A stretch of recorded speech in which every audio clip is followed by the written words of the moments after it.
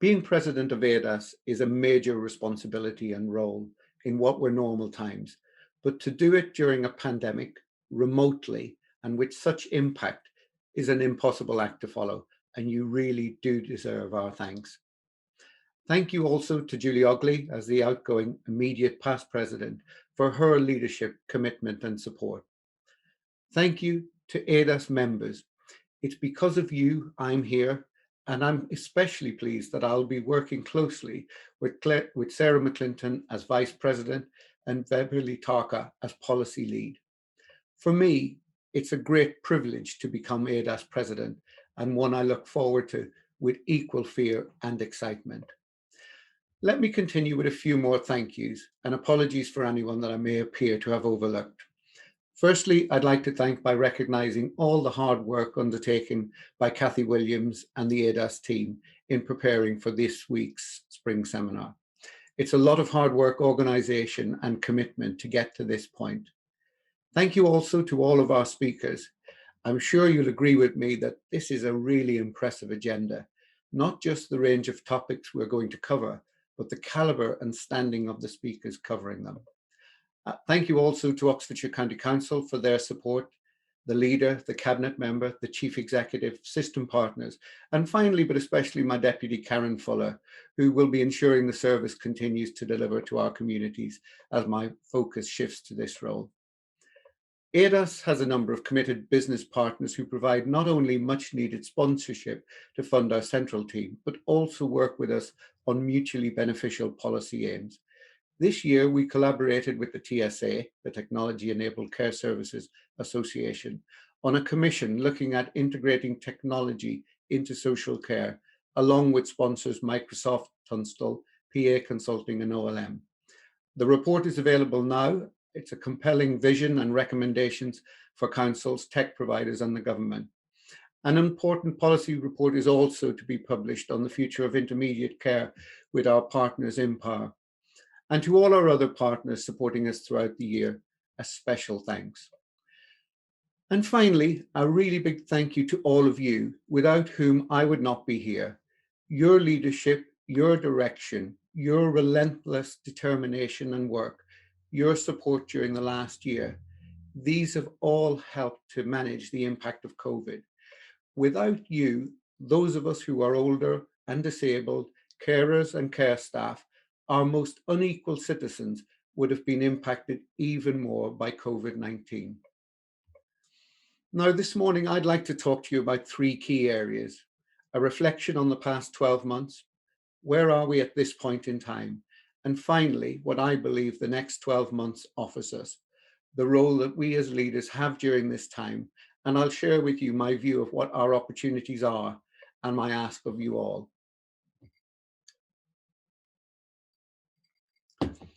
A little bit about me, though, as I begin. I've always worked in care services. I began my career training to be a nurse, initially within mental health, then in learning disabilities, and finally within general nursing.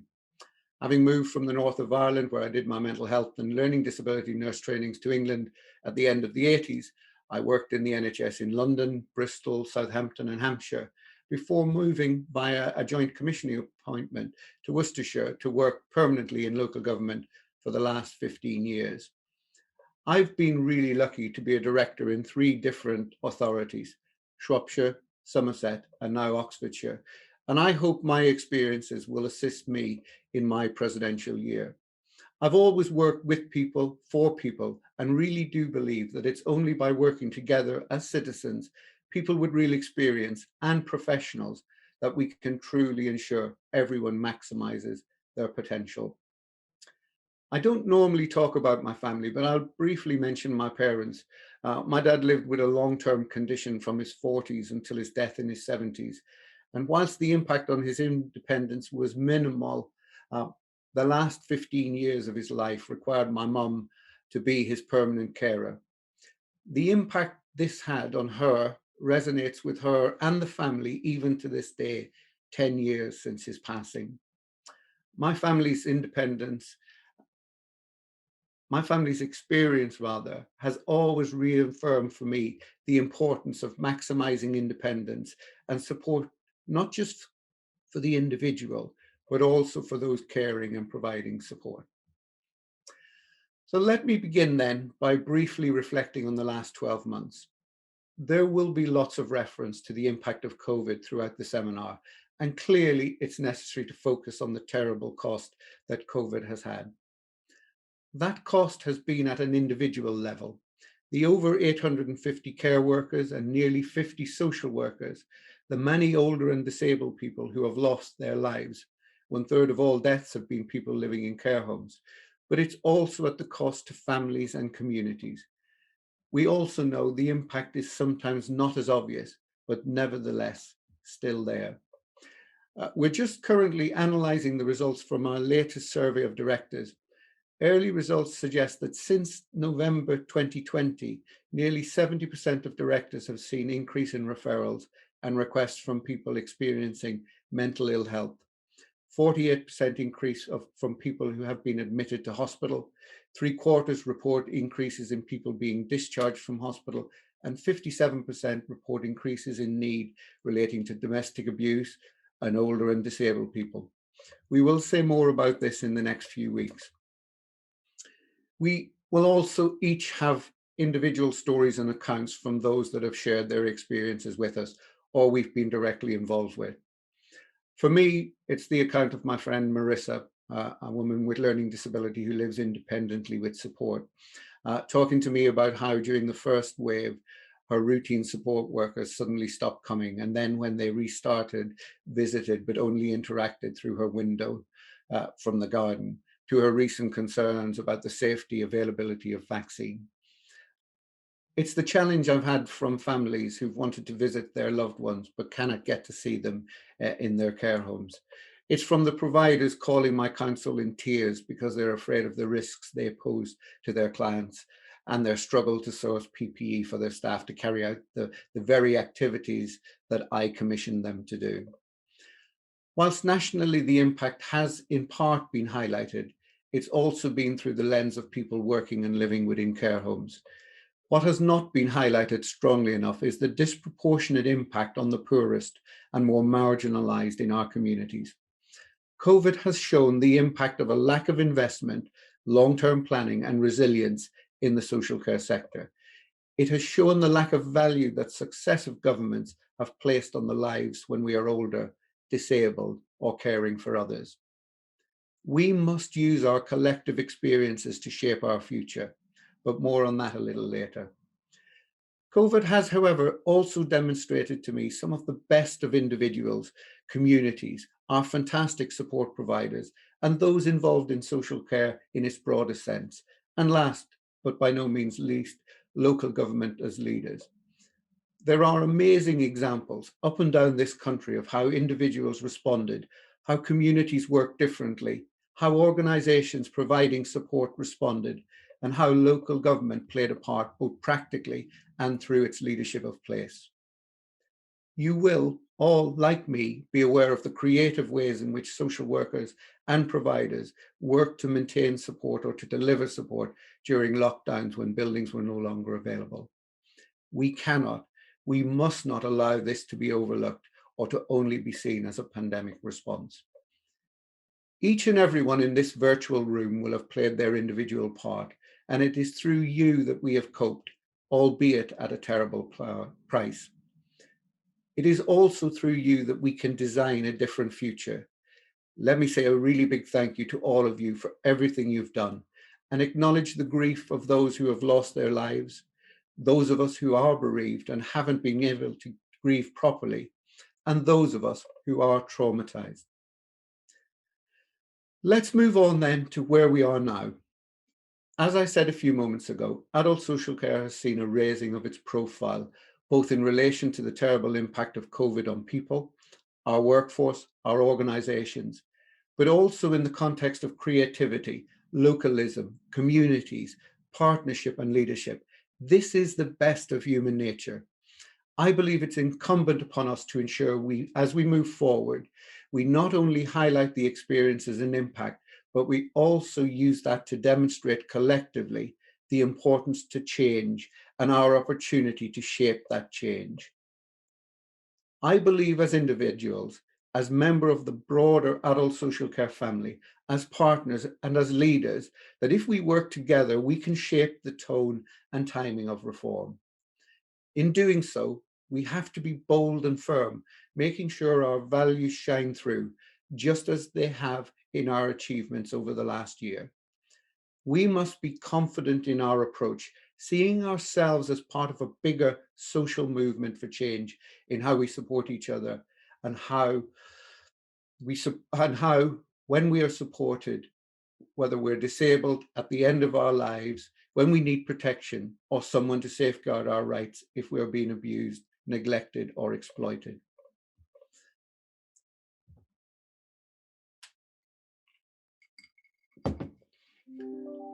Let me focus for a moment on ADASS and you in the main as members. As you know, we are seen as being one of the leading voices of adult social care, with a focus on working in partnership to transform the experience of social care. There are 152 local authorities with adult social care responsibility.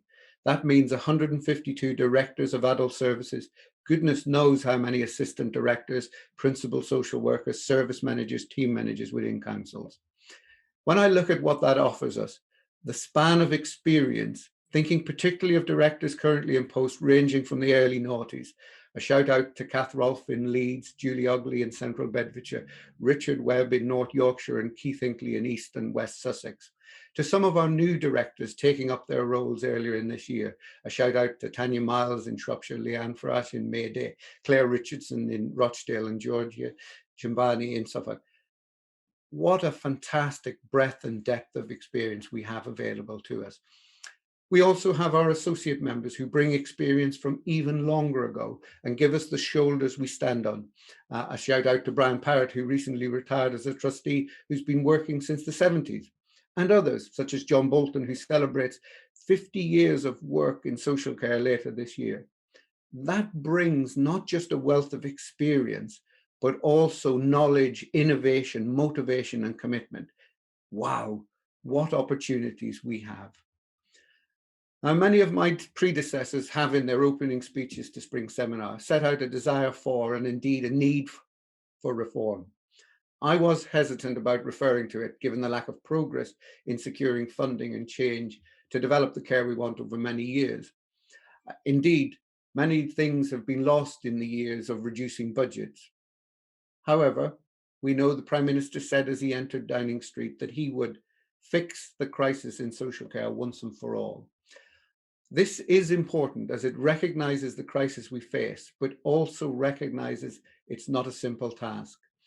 We have been told that government is planning to put into the public domain some initial thinking and plans, and I hope in this role to support you in ensuring your voices are heard, our partners' voices are heard, and the voices of people who need care and support are heard and used to shape that reform and to ensure it happens. I do believe as a sector, we're in a positive position to contribute. As ADASS, we've developed the 9 statements to help shape adult social care reform.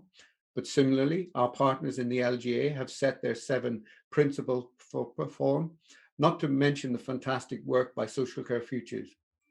I could go on, as many organisations and partners have described what's important as part of future change in their view, producing a remarkably consistent opinion of what's needed. Indeed, there's also the inquiry work by Social Care Futures currently underway through the Whose Social Care Future Is It Anyway, led by people with lived experience who I'm keen to hear from. So where's this all leading me to? Finally, and in my view, most importantly, let me talk to you about the next 12 months and beyond and what I think it offers us. Hopefully by now I've emphasized just how important working together with a clear focus is and highlighted the well-developed and consistent views of what is needed. I hope I've demonstrated to you the power and impact that this has had and the valuable role that you all can and must play as we move forward. As we move forward, this has got to be at the center of everything we all do. As leaders in social care, it is our responsibility to ensure we do everything to positively promote the value and impact we have on all of us as citizens, and specifically those of us needing help and support. We have a responsibility to raise the profile of adult social care in our teams, in the organisations we work for, in our communities, with our elected representatives in politics, with our partners. We have to call out much more the positive impact we have each and every day on our communities, the people we work with, the organisations we work with, and the partnerships we exist within. We need to boldly call out our impact, describe the importance of what we do, emphasize it's for you if you are a young person with a learning disability who's unable to live a good life. It's for me if I'm a parent managing the impact of a life-changing accident or illness. It's for you if you're managing a long-term health condition or social circumstance. It's also for you if you are older and managing the impacts of old age, loneliness, dementia, or illness. It is so much more for you who sleeps rough, is mentally ill, and an addict. It's for me if I have a learning disability or mental health and get caught up with the police for want of care and support. It's for you if the only person you ever see abuses you. Social work and social care are about all of us. All of our lives, which should be good lives, could be better lives. We get it. Journalists get it. NHS leaders get it. Many of the public and politicians get it. Select committees from the Commons and Lords get it. I believe a powerful, positive account of the impact of adult social care has a great chance of being heard by government and forming part of the changes to paying for and funding care and support and making the changes to the care and support we want. However, it has to be a loud, unified, positive and engaging message. I will be a friend of government and indeed of all politicians as we shape and support reform. And just in case you're anxious, that will include being a critical friend when necessary. We won't do this in isolation. We will do this together, building upon the fantastic relationships my predecessors in this role have developed, as well as those that exist across the country. So, my ask of you is to be confident, to be ambitious for us when we need care and support for our families and our communities, and to help us make that change happen.